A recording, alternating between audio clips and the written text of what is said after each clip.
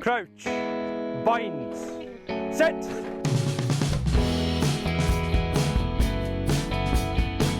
Hola, bienvenidos a 15, soy Pato Fernández y en este episodio 49 charlamos con alguien que debutó en los Pumas a los 20 años en Twickenham y se retiró 15 años después como capitán en el Ellis Park de Johannesburgo y pese a haber jugado 50 partidos con el seleccionado, no pudo vivir un mundial desde adentro de la cancha. Pero la revancha llegaría como entrenador en 2003 y en el histórico 2007 de bronce.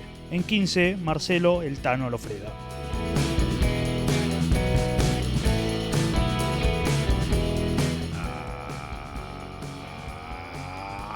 ¡Adentro! En Personal Fiber Telecablevisión, creemos que el camino es mejor cuando nos animamos a disfrutarlo. Personal Fiber Telecablevisión, con vos a donde quieras llegar. Bueno, Thanos, gracias por recibirnos acá en la urba. Un gusto, Pato. Contame un poco, brevemente, si se puede, ¿cuál es tu función hoy por hoy?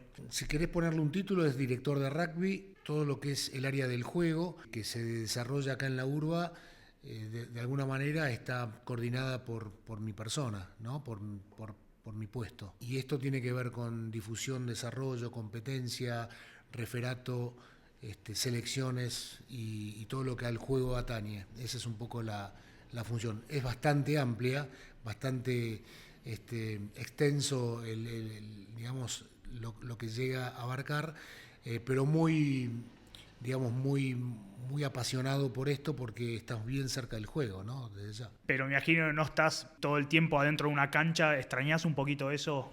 Me saco el gusto, no estoy todo el tiempo en una cancha, pero al tener dentro de las áreas selección, colaboro también desde una tarea un poco más de supervisión y de coordinación, lo que tiene que ver con selecciones, con selección de 18, de 17, de 16, con los centros de formación, y eso es estar adentro de una cancha. Así que en algún momento de la semana siempre estoy dentro de una cancha. Ahora estás en una parte que es del rugby plenamente amateur. Sí. Y estás parado en la vereda esta formando a chicos.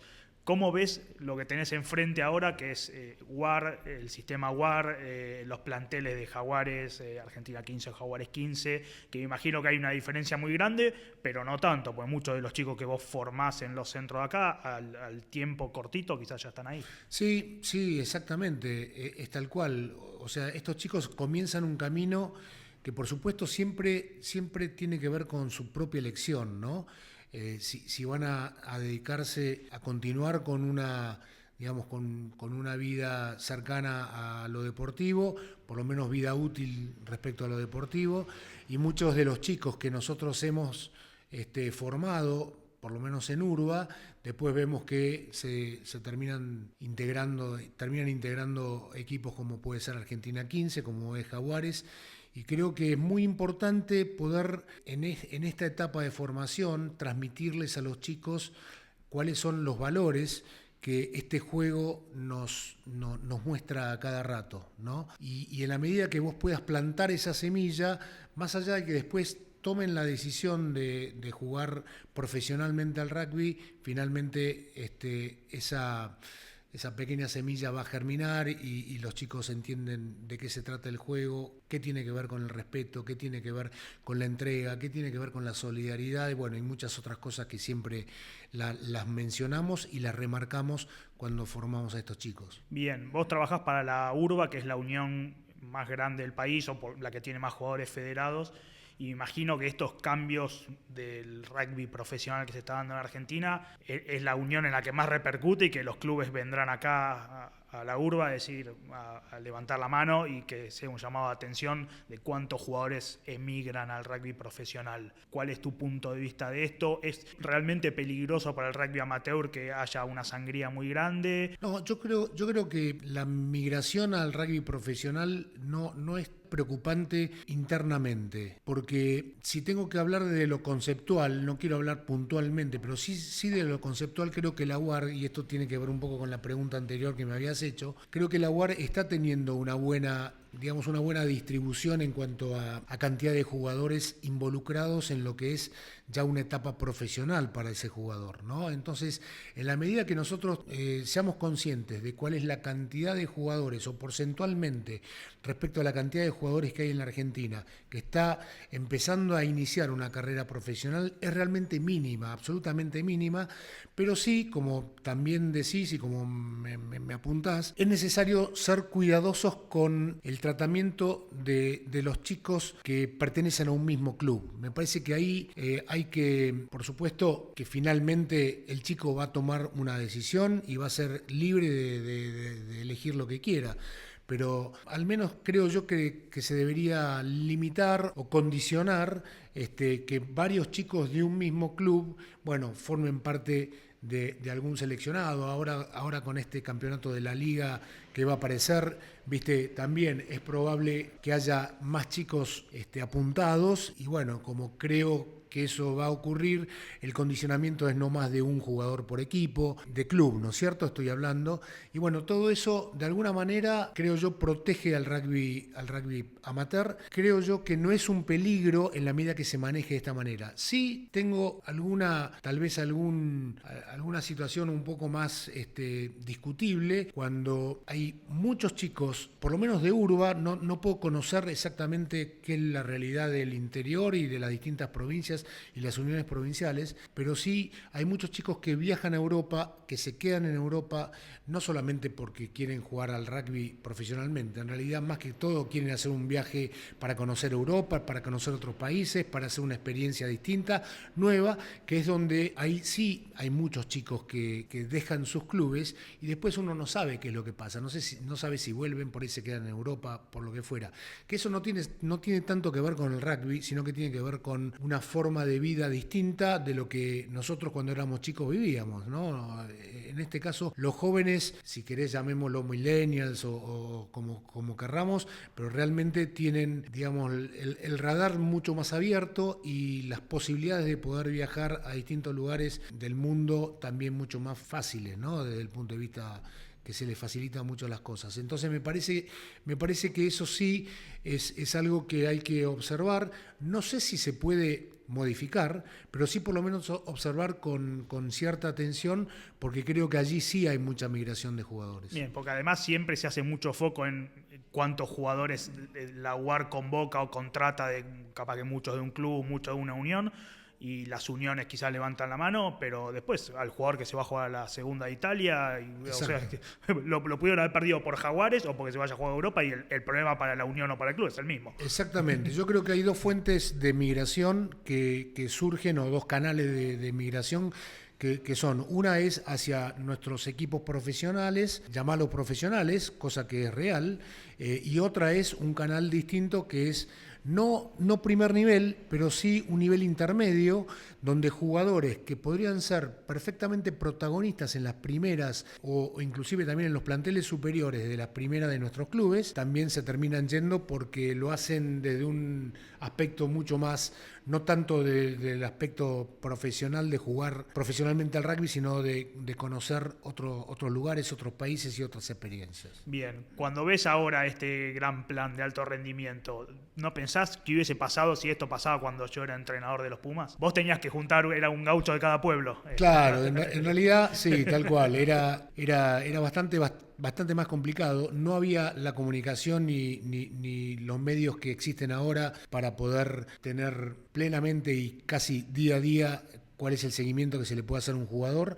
Teníamos nociones muy superficiales y generales respecto a cómo jugaban algunos jugadores. Teníamos tal vez alguna versión de personas de nuestra confianza, pero no teníamos esa posibilidad como ocurre hoy, donde vos podés tener un seguimiento mucho más cercano del jugador y cómo va jugando y cómo se va mejorando, evolucionando. Y en ese sentido uno dice, mirá, cuánto más fácil hubiera sido, ¿no es cierto?, en ese momento, porque teníamos prácticamente al 85% del equipo lo teníamos disperso por distintas uniones, sea de Europa, sea de Sudáfrica, muy repartidos, algún otro que estaba por allá por Oceanía, y después muy pocos que estaban acá en la Argentina.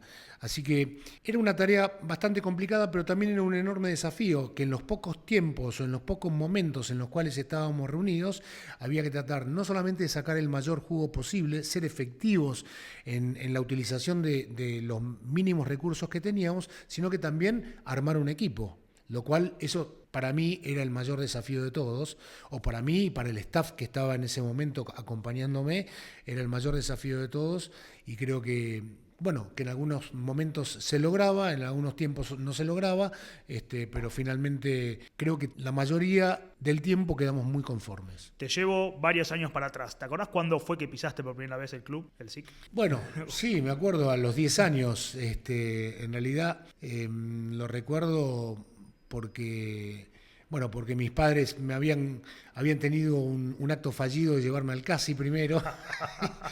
Y después yo dije, no, pero lo que pasa es que tengo a todos mis compañeros del colegio en el SIC, así que por favor llévenme. Mi viejo querían que yo hiciera deportes y que mis hermanos hicieran deportes, así que bueno, finalmente terminamos yendo al SIC, me llevaron al SIC y allí me quedé y me estacioné y bueno, y tuve muchos años.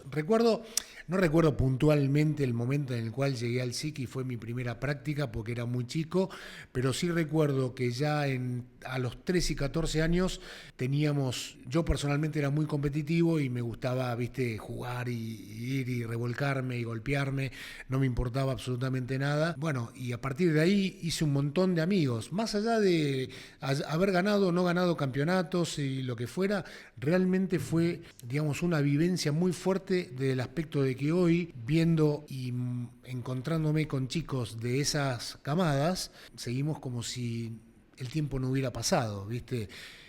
Por supuesto, la vida te lleva a que te vayas separando, a que vayas tomando caminos distintos, con un montón de gente que en algún momento fuiste bastante cercana y de mucha amistad. Hace muy poquitito tuvimos un encuentro con la camada 59 y había chicos que habíamos jugado en sexta división en contra y en quinta división en contra. Desde ahí no los veía y era como si nos hubiéramos encontrado todas las semanas. Realmente son cosas extrañas que pasan, ¿viste? A través de un deporte y puntualmente del rugby. Pero sinceramente me parece que es muy bueno porque eso sí queda. Eso queda, no quedan por ahí los campeonatos, son recuerdos, pero las amistades, las relaciones creo que son, y los valores creo que son los que quedan. Bien, en una entrevista que le hice a Diego Albanese hace un par de semanas, también del SIC como vos, él contaba lo fuerte que era que cuando él era chico iba a ver a los de la primera, en este caso vos jugabas, y decías, ¿y qué? Eran la mitad de los Pumas estaban ahí y había otros en el otro equipo y era ir a ver Pumas todos los fines de semana. Me imagino que a vos también cuando ibas a ver a la primera del SIC te pasaba más o menos lo mismo. Sí, totalmente, me pasaba y aparte justo se daba una situación bastante característica o puntual, te diría particular más que todo, porque en ese momento el SIC tenía una primera muy ganadora, que había ganado el campeonato del 69, el 70, el 71, 72, habían ido a Sudáfrica, habían sido también muy exitosos, había comenzado el famoso sistema de la bajada en el Scrum, tenía un predominio muy grande el SIC en ese momento, por lo tanto muchos, casi te diría hasta llegaron a haber 16 jugadores del SIC seleccionados para los Pumas. Por lo tanto, era como ir a ver al seleccionado argentino en ese momento, ¿no es cierto? Pero sí, eran unas circunstancias muy, muy especiales y que uno las vivía con una enorme intensidad. ¿Te acordás cuando debutaste en primera? ¿Cómo fue el momento ese que te dijeron que ibas a jugar el partido? Sí, me acuerdo. Hubo un revuelo bastante grande, sobre todo en la cuarta división, que en ese momento existía la cuarta, que era 17 y 18 años, y allí el entrenador, cuando le vinieron a pedir que querían que yo jugara en primera, el entrenador le dijo, mirá, yo no te puedo dar ninguna autorización de que juegue Marcelo, en este caso, en primera, hasta tanto ustedes no hablen con sus padres. Bueno, lo fueron a ver a mis padres y mi padre dijo, sí, no hay ningún problema que juegue en primera. Bueno, y a los 17 años jugué en primera. Eso fue cuando yo tenía todavía edad de cuarta. Fue un momento, por supuesto, muy especial también de mi vida y de los recuerdos, ¿no? Y bueno, el primer partido jugué en intermedia contra Regatas. Mi rival de enfrente era Walter Montagnier, el padre de Santiago, con quien tengo una relación bárbara y somos de la misma camada. Después Walter se fue a jugar a Alumni, bueno, el hijo de Walter fue a Alumni, etcétera, etcétera.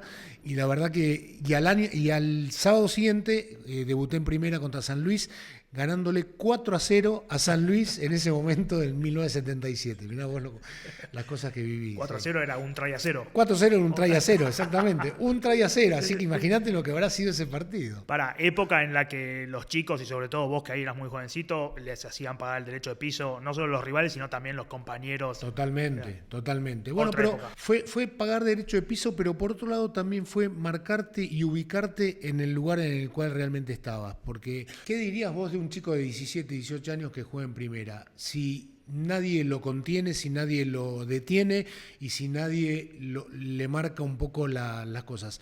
Se puede llegar a creer cualquier cosa, se puede llegar a creer que es el crack de los cracks, ¿viste? Puede llegar por ahí a sobreestimarse, y no creo que le haga demasiado bien, no solamente en el aspecto rugbyístico o en el ambiente rugbyístico, sino también lo puede llevar y lo puede trasladar a cualquier otro ámbito de su vida, ¿no?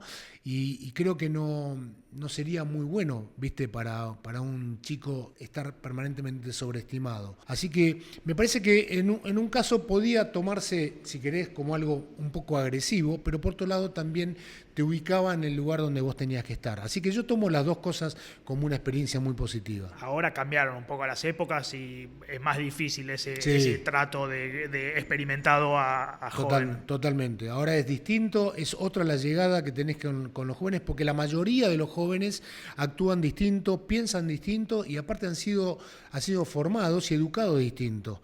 Por lo tanto, vos sos el que tiene que adaptarse. En la medida que vos seas entrenador, formador o colaborador, ¿no es cierto? Y que trabaja con chicos o que entrena con chicos. Entonces me parece que eso es clave, es empezar a entenderlos y saber de qué manera llegarles, siempre desde un lugar donde no haya agresividad, por lo menos esa es la experiencia que yo he tenido. Bien, ¿y el primer llamado de los Pumas? ¿Te acordás? El debut fue bravo, te tocó el lugar. Sí, me acuerdo. El lugar me llamó Papuchi Guastela y me pidió tener una reunión con él y con Hugo Porta. Hugo en ese momento era el capitán de los Pumas en el 78 y bueno, y se encaraba no solamente una gira muy importante para los Pumas, sino también había un cambio si querés, de generación, porque justo previo a ese momento había habido una suspensión de jugadores de los Pumas, unos cuantos jugadores de los Pumas,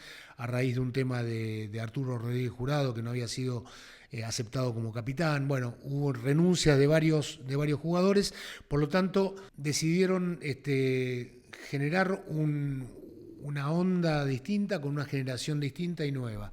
Bueno, dentro de esa generación yo había sido elegido y a partir de toda esta explicación que me dieron, bueno, la cuestión era entrenar mucho, no por supuesto siempre de manera simultánea al club, y posteriormente viajar a Inglaterra, ¿no? Y Inglaterra con una gira muy dura, pero con una enorme ansiedad por un lado y también con una enorme motivación y con el apoyo de algunos jugadores que eran muy, no te digo veteranos, sino experimentados. Inclusive también ahí estaba Pochola Silva, que era un jugador que ya tenía, una persona que ya tenía 35, 36 años y también fue a esa gira, ¿no? Bien, ¿y el debut en Twickenham? Sí, el debut en Twickenham, en realidad el debut fue con London, un tal London, no me acuerdo. También para los chicos que escuchan, capaz que son más nuevos, en esas épocas las giras eran largas. Y se jugaban los test los fines de semana y entre semanas siempre se jugaba contra un equipo que era bueno. Exactamente, tal cual. Era un equipo, London Division era, ahora lo recuerdo. Fueron 2 partidos previos a Twickenham y después volvimos a jugar creo que fue en Irlanda, también jugamos. Creo que fue una gira de 8 partidos, 7 o 8 partidos, o sea que eran, como bien decís, ¿no? Eran partidos miércoles, sábado, no tenías tiempo prácticamente a recuperarte y tenías que volver a empezar al corto plazo. Y Twickenham fue realmente una circunstancia muy especial. Por supuesto, no es el Twickenham que nosotros vemos ahora, era un Twickenham con tribunas de madera, una cosa totalmente añeja, pero muy tradicional. Y bueno, y ese partido fue un espaldarazo para el rugby argentino y para esa camada de jugadores que recién empezábamos. Porque fue empate, o sea, no perdieron contra el inventor del rugby, si no me equivoco, era la primera vez que se enfrentaban. Sí, mal no recuerdo. Sí, 3-13 creo que salimos, creo que fue el... No recuerdo el resultado. Pero fue empate. Sí. Fue empate y fue muy bueno. Y después te tocaron jugar partidos que quedaron en la historia de los Pumas. Uno fue la victoria contra Australia de visitante por primera vez, pero me quiero detener un poco en un partido que es trascendental para la historia argentina, que fue el de Sudamérica 15 contra Sudáfrica en el 82. Exacto. Me imagino que de ese partido se podría escribir un libro. Exactamente. O hacer una película. Exactamente. Se podría escribir un libro, hay un montón de anécdotas, pero claramente algo que fue muy, si querés, muy característico, fue que nosotros el partido anterior lo habíamos jugado en Pretoria, generalmente siempre se jugaban 2 test, este equipo de Sudamérica 15 estaba conformado por todos argentinos y habíamos perdido por 50 puntos, 50-20, 50-18, una cosa así. Cuando faltaban 10 minutos para ese partido en Pretoria, íbamos empatados, íbamos 20-18 y en ese momento creo que nos afectó terriblemente en los últimos 10 minutos, terriblemente la altura que hay en Pretoria, que es cercana a los 1800 metros de altura, y bueno, y ellos se vinieron, nos terminaron marcando un montón de tries al final. Claro, para el siguiente partido, y en el medio de la semana había un segundo partido, hay un partido intermedio que jugaba un segundo equipo, porque éramos un montón los de Sudamérica 15. Ahí sí aparecían jugadores de Chile, de Uruguay, hasta había... No, en esa gira no hubo un brasilero, pero había chilenos y uruguayos había en ese momento. Ese equipo que jugaba entre semanas lo llamaban los legionarios porque se subían a un micro y se iban. Se subían a las cosas y se iban. Y ustedes los saludaban de abajo. Y ahí había una mezcla, de sudamericanos, de jugadores de distintos países, y también la mayoría y la base eran argentinos. Pero bueno, hubo que prepararse durante esa semana para confrontar nuevamente a un equipo sudafricano muy poderoso, enormemente duro, por supuesto con una característica muy, muy marcada de lo que es el rugby sudafricano, cosa que lo marcaron perfectamente en este último mundial, y por supuesto más rústicos, pero muy, muy, muy claros en su esquema y en su forma de juego. Y bueno, finalmente con un planteo, con Michingo Reilly, brillante, de una manera muy, muy sabia en el sentido de cómo preparar el partido, con jugadores muy, muy talentosos, con un Porta, realmente inspirado, con jugadores muy capacitados, finalmente, y también con una enorme, si querés, lucha contra la adversidad, donde yo muchas veces remarco eso cuando me toca entrenar a otros, no solamente por esa experiencia, por esa situación, sino de habernos comido 50, después pasarles a ganar a los sudafricanos, al mismo equipo, ¿no es cierto? Realmente fue un cambio muy grande de actitud que nos terminó provocando el predominio sobre el equipo sudafricano. Bien, y una cosa que me imagino no fue menor es que jugaron justo cuando se desata acá la guerra de Malvinas, que me imagino que habrá sido un hecho bastante movilizante. Sí, fue movilizante también, pero te digo, yo recuerdo en ese día, esa madrugada o ahí, yo recuerdo que me llegaron algunos mensajes y nos enteramos de esta situación. Por supuesto, había un sentimiento muy encontrado. Si íbamos a jugar contra Inglaterra, le habíamos declarado la guerra, Malvinas, Inglaterra estaba metida en el medio. Había toda una situación muy confusa, entonces se decidió no perder concentración y pensar en eso. Está bien, si queríamos utilizarlo como una motivación adicional o especial, bueno, allá nosotros, pero se trató de hacer un poco una parte al pensamiento y concentrarnos en el juego y no ir hacia una situación de odio, ni mucho menos, ¿viste? Porque eso nos iba a descontrolar. Y este juego, si te descontrolaste, perdiste la disciplina, te indisciplinaste y también perdiste. Así que era muy importante mantener la concentración, pero fundamentalmente en lo que se había planificado durante la semana para llevarlo a la cancha. Unos años después, vos estuviste en los procesos previos al 87, al 91 y al del 95 también, que lo jugaste unos partidos en el 94. ¿Te quedó una espina de no haber podido jugar un mundial como jugador? Sí, en ese momento te diría que me dolió, voy a serte muy sincero, me dolió, dije qué lástima, bueno, vos fíjate, hubo algunas situaciones que fueron bastante curiosas, ¿no? Por ejemplo, en el 90 yo era capitán de los Pumas, desde el 88 desde el 89, 90 fui capitán de los Pumas y en el 91, bueno, toma el rol de entrenador otro entrenador y bueno, quedo relegado. En el 94 yo era también capitán de los Pumas en ese momento. De nuevo, hay un cambio en los entrenadores de los Pumas y también quedó relegado. En el 87, bueno, ya en realidad era más joven, pero bueno, venía jugando, tuve un tema personal que me apartó un poco durante algún tiempo de selección, puntualmente de selección.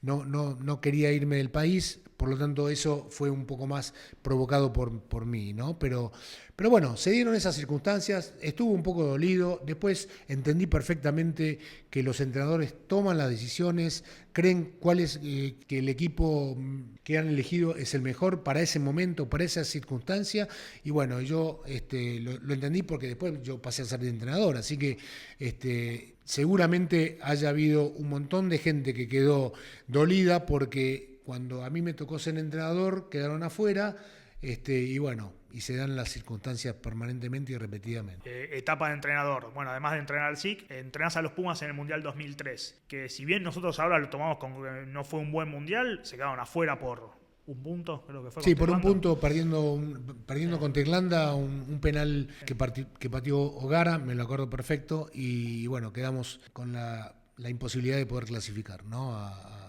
cuartos. Igual se redimen un mundial después, que fue el mundial que los que vivimos esa época, es un mundial que no podemos olvidar. Sí. Fue impresionante. Sí, fue muy bueno, realmente fue muy bueno. Pero también fue importante el 2003 para poder hacer pie y llegar a un 2007 mucho más armados, con una mentalidad muy, muy cambiada, muy transformada, y creo que ojalá no hubiera costado un mundial, no hubiera costado 3-4 años de selección, pero bueno, finalmente se terminó dando de eso. Nosotros cuando nos reconfirman para seguir hasta el 2007, realmente nos sentimos muy, muy sorprendidos, ¿no? Porque la Argentina es un país muy de mucho exitismo, ¿viste? Muy triunfalista, de que esto, que el otro. Bueno, finalmente nos terminan confirmando que querían que nos mantuviéramos hasta el 2007. Después hubo algunas situaciones con la dirigencia, porque también cambió la dirigencia y tuvimos algunas cuestiones que tuvimos que ir salvando a lo largo, pero eso nos fue haciendo cada vez más fuertes. Eso fue clave, fue muy importante. ¿Qué te acordás puntualmente de ese mundial? ¿Tenés flashes que se te vienen a la cabeza? ¿El momento de la premiación o el momento del partido del debut? Sí, tengo un montón de recuerdos y de momentos muy, muy intensos. El debut para nosotros era clave, era fundamental, todos lo veíamos así, nadie iba a decir nada si íbamos a ganar, si íbamos a perder, nadie decía si queríamos salir campeones, si queríamos llegar a cuartos, no lo decíamos porque era como una especie de acuerdo, de pacto interno y de mantener sigilo y reserva. Entonces eso nos hacía más fuertes, eso era algo que nos terminaba haciendo sentir más fuertes, a pesar de que muchas veces podíamos ser más fuertes, pero lo fundamental es sentir que sos más fuerte, ¿no es cierto? Y sentir que vos tenés la capacidad para poder serlo, ¿no? Creo que eso era fundamental. Y me parece que todos, absolutamente todos, comulgábamos con la misma sensación, con el mismo discurso, con la misma humildad, con las mismas herramientas, y todos, creo que absolutamente todos, estábamos convencidos de lo que teníamos que hacer adentro y afuera de la cancha. Todos, porque nosotros también éramos parte del equipo. No solamente los jugadores, creo que el staff también formó parte del equipo y creo que esa unidad nos permitió poder llegar a la instancia que se llegó. Después del Mundial te vas a Leicester. que ahí no te fue bien. ¿Qué pensás que pudo haber pasado? Es difícil, no me acuerdo con qué entrevistado lo hablábamos, con Diego Albanese lo hablábamos también, en una época en que a él como jugador lo echan de un club o le cortan el contrato porque había una orden de arriba, era acá juegan ingleses a los extranjeros. ¿Pensás que te pudo haber pasado un poco eso? ¿Eras un argentino entrenando a uno de los grandes clubes de Inglaterra? No, yo sabes que yo creo que ellos fueron muy taxativos con los resultados. Leicester venía de un encadenamiento de triunfos y de campeonatos muy seguidos. Bueno, me tocó a mí entrar en ese momento. Había salido Pat Howard, que era un australiano, que habían salido campeones de 2 de los campeonatos que se jugaban, que eran 3, y muy exitoso, y todo el mundo con mucha algarabía y con mucha sed de seguir ganando y lo que fuera. Y bueno, yo entré justo cuando volvíamos del Mundial, jugábamos esos 3 campeonatos, uno de ellos era la Premiership, perdimos la final de la Premiership y perdimos la final de otro campeonato que se jugaba con los equipos... La Anglo-Welsh. La Anglo-Welsh, exactamente, con esos equipos, no de la Copa Europea. Sí, nos juegan con los de la Liga Celta. Que son los de la Liga Celta, perdimos esa final y a partir de ahí uno de los accionistas mayoritarios del club me vino a ver y bueno, y después otro accionista también me dijo, mira, nosotros consideramos que los resultados no fueron buenos, así que pensamos que tenemos que elegir a otro. Bueno, perfecto, listo, ¿viste? Yo creo que ahí cometí un error tal vez de ingenuo, tal vez de pensar que podía mantener las mismas pautas del amateurismo, en el sentido de que cuando entré yo solo. Yo debería haberme impuesto en el sentido de traer a alguien conmigo, alguna parte del equipo, del staff. de que fuera del staff, que fuera gente de mi confianza. Pero no, entré en un lugar, viste, totalmente ajeno, externo y desconocido. Y bueno, y eso fue más difícil de poder adaptarme. Pero bueno, son experiencias que para mí sirvieron para poder seguir creciendo, ¿no? Bien, preguntas cortitas muy rápidas de rugby y contestame lo primero que se te venga a la cabeza. El mejor jugador con el que jugaste. Compañero, rival. Bueno, por eso, el primero se te venga a la cabeza y dices, jugué con este. Y Porta, sí. Impresionante. Sí, Hugo fue impresionante. Después te podemos nombrar 10.000, 100.000, pero sí. Me decís uno, y aparte por la situación en la cual estaba, si lo digo intuitivamente, porque yo era muy jovencito, Hugo estaba en su apogeo, era un tipo que dominaba el juego, dominaba kicks, dominaba las destrezas, era realmente un crack, sí, sin duda. Bien, el jugador más áspero que te tocó.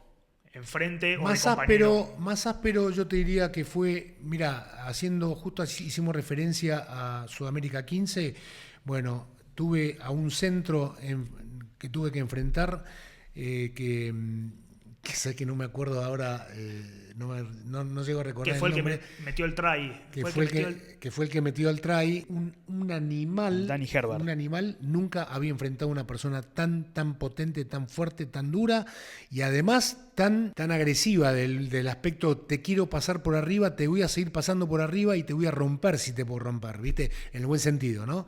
Pero... ¿Cuál fue el jugador más insoportable dentro de la cancha? Jugaste en una época también en la que se hablaba mucho, capaz que ahora más tranquilo. Mira, te vas a reír. Piltrafa Escurra fue uno de los más insoportables de todos. Si me escucha se va a reír porque muchas veces hablamos de eso. Piltrafa era terrible.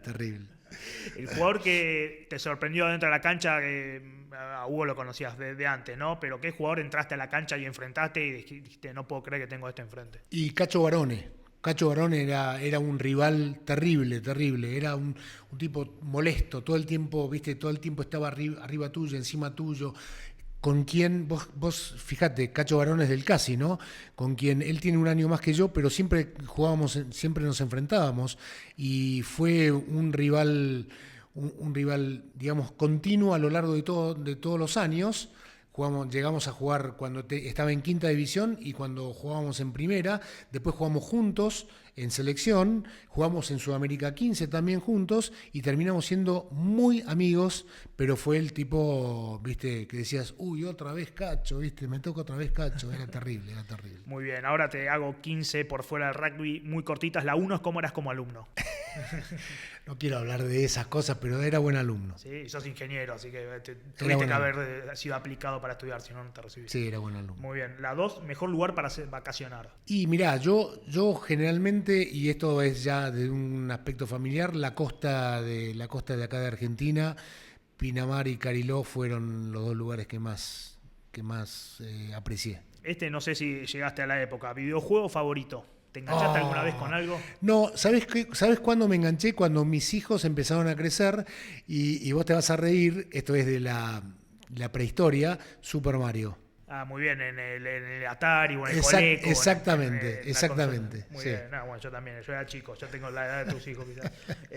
La 4, ¿a qué famoso te pareces o te han confundido? No.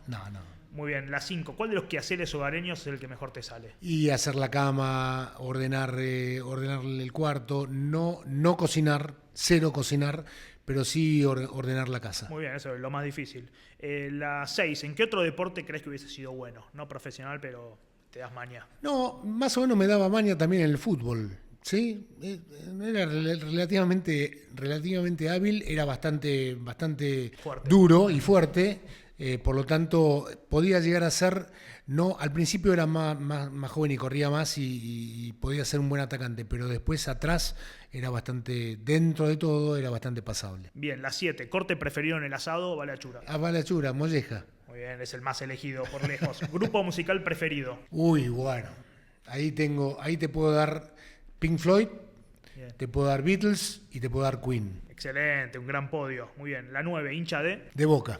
Muy bien. La 10, dibujo animado favorito de tu infancia. Sos de la época de los clásicos. Pero igual los clásicos son muy elegidos igual acá, ¿eh? Sí. Correcaminos, Tom y Jerry. Yo me divertía mucho con el Correcaminos. Excelente. Sí, totalmente. Muy bien. La 11, golosina preferida. Golosina preferida, chocolate. Y tita, ponele. Espectacular. Sí. 12, mate o café. Mate. La 13, gusto de helado preferido. Chocolate. ¿Y gusto de helado prohibido? Viste, te piden un zamballón. Zamballón aprendí a quererlo, si querés, porque a mi mujer le encanta el zamballón. Que para mí es el mejor gusto de todo. Pero Bueno, por eso me lo banco. Pero, por ejemplo, uno de esos nuevos maracuyá, qué sé yo, no me gusta para nada. La 14, ídolo en tu infancia y adolescencia. Época de póster del gráfico. ¿Tenías? Y Kempes me encantaba. Me encantaba Kempes y también Arturo Rodríguez Jurado también me encantaba. Sí. Bien, la 15 y última, ¿tienes algún TOC, trastorno obsesivo compulsivo? Sí, me olvido cuando cierro el auto. El mismo que yo. Sos el primero, programa 49, y encuentro uno que tiene el mismo que yo. Yo he llegado a volver 4 cuadras caminando porque dije, A mí me ha pasado. Sí, espectacular, qué bueno. Mirá vos. Qué bueno. Igual he escuchado talks peores en estas entrevistas, pero bueno, sos el primero. Bueno, gracias a Dios no me siento solo. La última para cerrar. Viste a los Pumas, no tuvieron quizás el mundial que esperábamos. ¿Cómo analizaste brevemente este mundial y este último tramo de... Sí, yo creo que fue un año bastante particular para los Pumas, llámese Jaguares Pumas, fue un plantel con mucho desgaste. Creo que se debería haber pensado también en un mayor descanso, inclusive también en la etapa de Jaguares, creo que se debería haber alternado. Por supuesto, todo esto era una experiencia nueva, donde la Argentina, los mismos entrenadores, empezaban con algo totalmente distinto y nuevo, por lo tanto, creo yo que fue un poco fruto de la inexperiencia. Sí, así como me pasó a mí en el 2003, a mí y al resto del staff y a los jugadores también, en el 2003 lo utilizamos como un aprendizaje. Creo que esto tiene que ser utilizado también en positivo y tratar de pensar en, por supuesto, son tiempos distintos, son momentos distintos y son circunstancias completamente distintas, pero también se puede sacar cosas muy claras en cuanto a la dosificación de cargas, a la dosificación de preparación, a la combinación de jugadores. Y pensando fundamentalmente en que en el año 2020 es un año clave para los Pumas.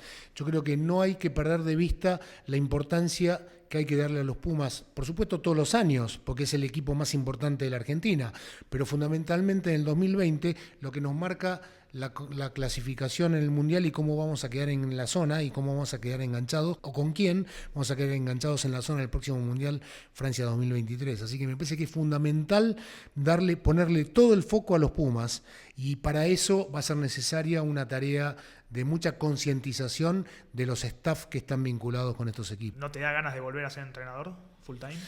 No sé si entrenador full time, creo que hay gente con mucha más conocimiento y energía, ¿no? Pero sí poder pasar ciertas experiencias que creo que son importantes, más allá de los tiempos y más allá de las situaciones que se hayan vivido. Me parece que sí es importante poder traspasárselas a alguien que realmente esté ávido de poder escucharlas y que de alguna manera crea que sea necesario, ¿no? Y aparte la gran mayoría, y te diría que todos de los que están en los staff de Pumas Jaguares fueron entrenados por vos. Sí, eso se da esa circunstancia también.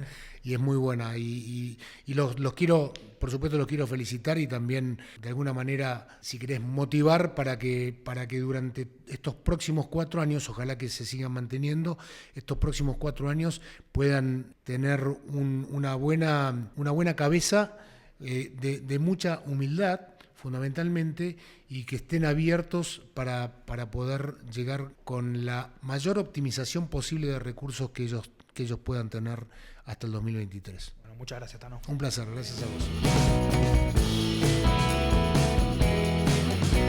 Muchas gracias, Tano, por tu tiempo. Muy buena la charla de rugby que tuvimos. Les recuerdo seguirnos en nuestras redes sociales. Somos @15podcast, 15 con números romanos, en Instagram, Twitter y Facebook. Y también pueden suscribirse gratuitamente en nuestros canales de Spotify, Apple Podcast y YouTube para escuchar este episodio y todos los anteriores. Hasta el próximo programa. Chau.